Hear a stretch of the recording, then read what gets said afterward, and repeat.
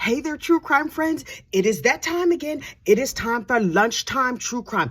Ciao. You are not going to believe today's episode of the Okay, look, Fitz Files over there, Will Folks' channel. Y'all know I don't like Will Folks, right? I have many issues with Will Folks. Turns out Will has the internet. Who knew? I had no idea. Look, I'm sitting here in my house in New Jersey, and then today Will mentioned me in his little story. Will, focusing on the Pedialites and dead folks down there in South Carolina, North Carolina, wherever y'all are, because the Carolinas, I don't know nothing about no Carolinas, but look, before we get into this case today, make sure you hit the like button on this video and subscribe to the channel so we can get all the new crime friends we can find. Okay, so look, today's episode 6 of the Fitz Files, the Rose Petal murder case. I was gagging. Okay, so look, they bring in this cop dude, Chad Ayers. Now, y'all know I'm not good with names, so I give people nicknames to help me remember. But Chad, he was a zaddy. I was like, oh, okay, Mr. True Crime Policeman, tell me everything. So he was talking about the case and all the details and police things, blah, blah, blah, blah, blah.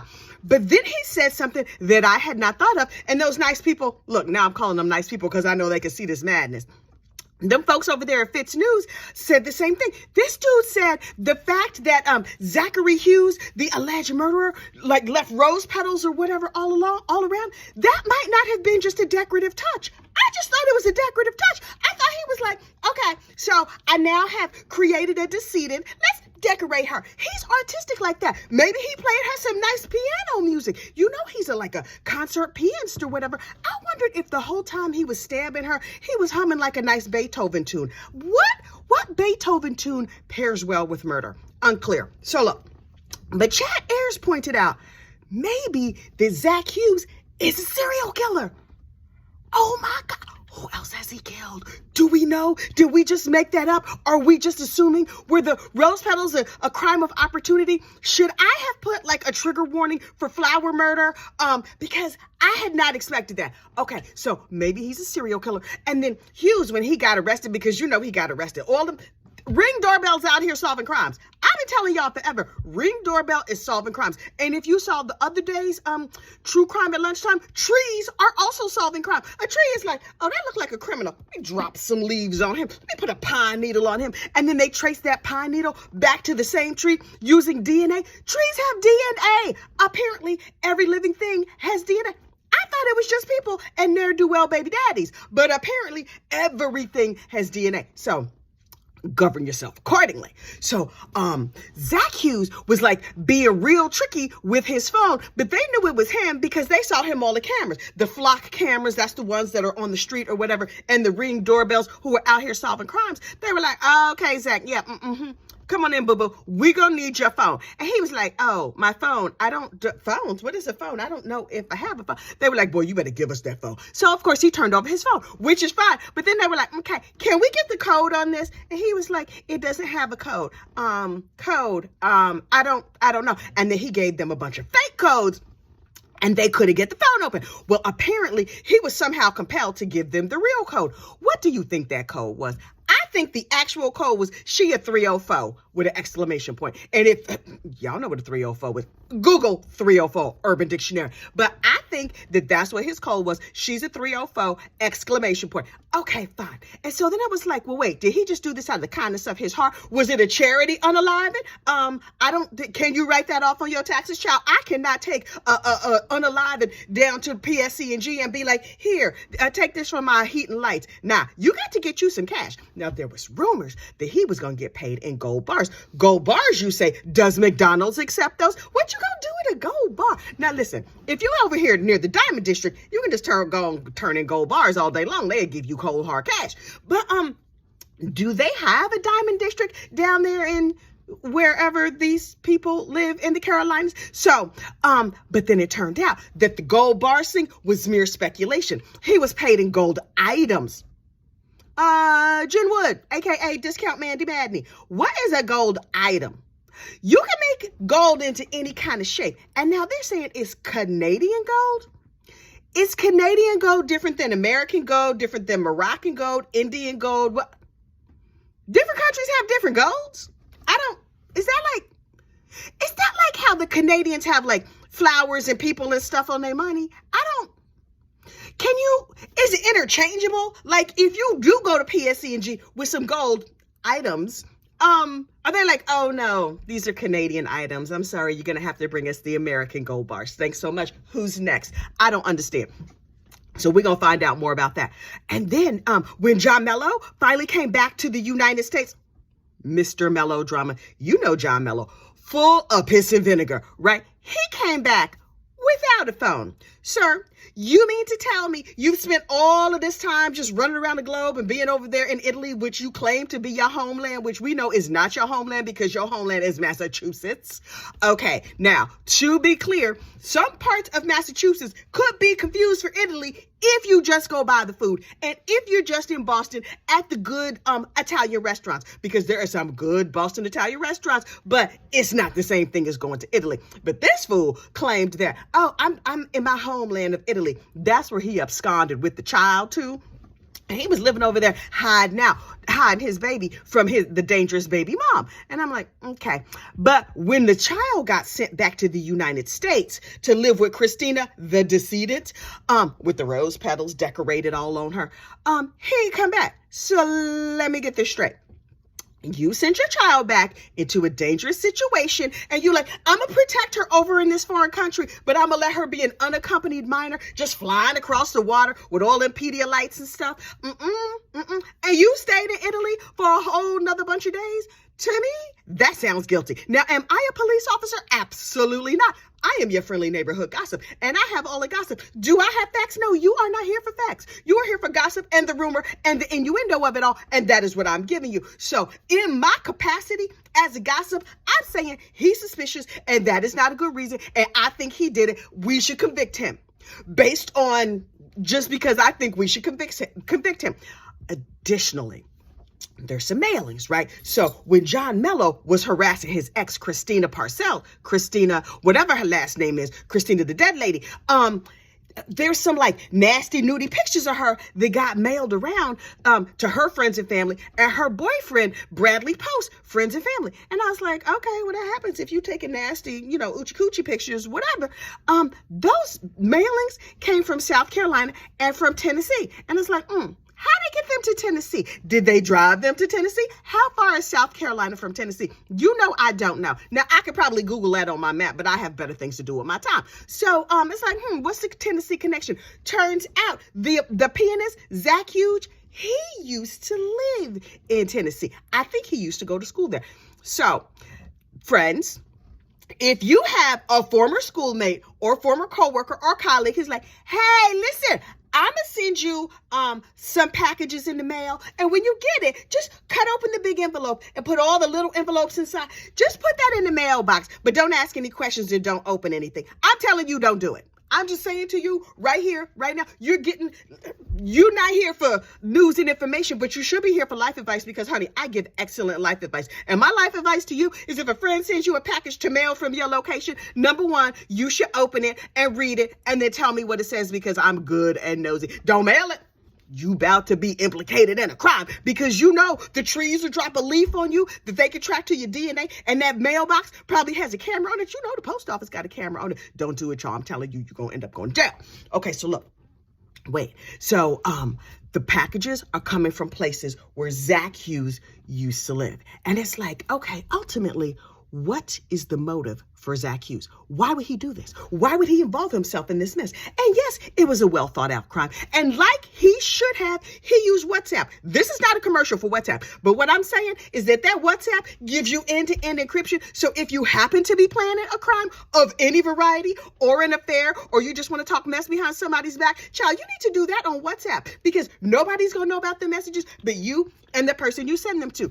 And if you delete WhatsApp, if you delete the messages or whatever, it all goes away. So it's probably a whole lot of crime going on that we don't know nothing about because people are out here using WhatsApp. I'm just telling you, there's a big billboard in Times Square that's like, if you want to keep a secret, WhatsApp got your back. So I'm just saying. Additionally, we don't know why Zach would involve himself in this madness. Was he a good Samaritan? Was unaliving people a hobby of his? Did he like playing unalive music for people? unclear. Also, they were asking Jen Wood, aka Discount Mandy Madney. Hey, Jen. They were asking her, like, well, what question would you ask? And she was like, first of all, why are there so many Pedialites living down there in that area? And I had not thought about it because I have not covered, I have not followed the other cases that Fitz News is covering. But apparently there have been no less than 3 cases of these child abuse cases down there in the same neighborhood. People say they scared to come to New York City, right? Okay, you know what we have in New York City? Witnesses. A lot of them, and not just cameras that people have to find and figure it all out. No, live human witnesses standing right there beside you who could be like, yeah, he did that. And then they go on about their business because minding your own business is highly prized in this part of the country. You know what they don't have out there in the country? Witnesses. Now listen, the tree's gonna give you up. Now that we know that, the trees is just dropping DNA, and you could do DNA, or you could do a buccal swab on a tree and they can find you. But somebody has to report it first. New York City, it's 100 people right here beside you who can report it. You're not going to go unmolested. I mean, you will go unmolested. And if you get molested, it's a whole bunch of witnesses. Down there in the country, all them woods, you think a mosquito going to tell? No. You think a fox or a bear is going to be like 911? Roar, something evil is down here happening. How have they had three major sex scandals right down there in that part of the country? And these are the ones we know about. There was one at a country club. There was one with these backwoods folks. It's not safe. Southern friends, y'all in trouble. I'm just telling you right now, you in danger, girl. Every single one of you. Daisy, if you don't stop barking, you see me talking to the people. Okay, so look. And then they were like, okay, what else should we be looking for? What else should we want to know? And then Jen Wood gave herself a promotion. Let me tell you, and let me break it down for you very clearly. Jen Wood elevated herself from Discount Mandy Madney to professional journalist when she said the following: I would like to interview John Mello. Girl, are you crazy? No. You do not want to interview this man. He's dangerous. Listen. And then Will Folks is like, you know, I would be concerned for your safety, but I would do it.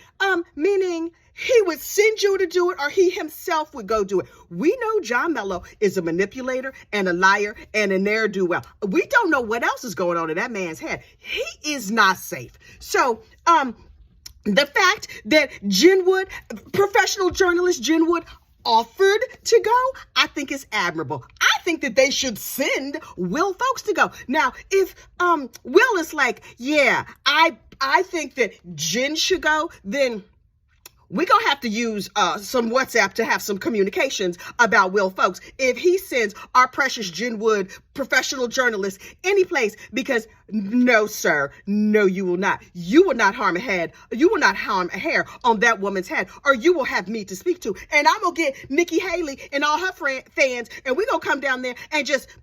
I cannot threaten you. We're going to have a discussion about it on WhatsApp where we enjoy end-to-end encryption. That's all I'm saying. And then there was another little journalist lady. Wait, what was her name? Callie Lyons. How is it that I can barely remember my own name, but I remember Callie Lyons? I don't know. She is not the discount Jen Wood because she is her own person. I decided that everybody should be their own person. Also, hey, Mandy Madney, I'm still a big fan. Anyway, Callie Lyons is like, why? What is going on? Why Christina? Why did Christina have herself in all of this mess? This is what I want to know too. Maybe she was tied up in something that she, had not foreseen. But number one, Christina, girl, you have terrible taste in men. Terrible. You had one that caused all this drama and mayhem, one who got his friend to unalive you, and one that is a Pedialyte. Girl, nah. If she were still on this side of glory, I would encourage her to stop dating and maybe to get a therapist or find Jesus or talk to Betty White or something. Listen, the fires are still burning in Maui. We cannot be disturbing Jesus. Jesus needs to concentrate on the war in Ukraine and that fire down there in Maui. We need to have a little conversation with our lesser deities. The Golden Girls are all available, and it's 4 of them. I have been thinking about this. We could just pray to them individually or pray to them collectively. It's all I'm saying. We need to talk to the Golden Girls about, number one, keeping professional journalist Jen Wood safe. And number two, Christina, now that all y'all on the other side of glory, you might want to go talk to them and be like, well, how can I get some absolution over here on this side? Because the things she did in her life that we have pictures of, horrible. Hopefully those pictures were photoshopped. We do not know. But all I'm saying is, And honestly, what really, really happened in this case? You know who we need. We need a psychic. And you know who our favorite psychic is? Serafina Donna Serafina. Well, you know I don't know her actual name. It's either Reverend Serafina Donna or Reverend Donna Serafina. Unclear, but we need her. She's a psychic and she knows things. She had the whole Lori Vallow Daybell case solved and tied up. 1, 2, 3. Everybody fan out and reach out to Serafina Donna Serafina. She's right here on the YouTubes. She's probably still over there talking about Lori Daybell because she's been talking about Lori Daybell forever. Since she gave us the inside scoop of everything that happened in that case, and I tell you, it is disgusting. But she gave all kinds of facts and details, and I was here for it, hanging on her every word.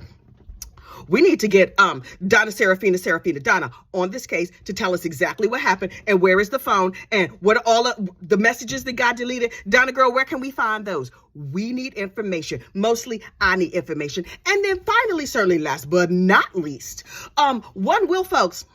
Will Folks is encouraging people, if you have information, to give it over to like a reliable source, not me. Do not leave your tips in the comments. Please leave comments of all varieties. We appreciate those. But tips about an actual murder? No, I don't need that. Because you know I'm gonna get it wrong. I'm gonna have your name wrong. I'm gonna have the location wrong. I don't know any cities that are not major metropolitan cities.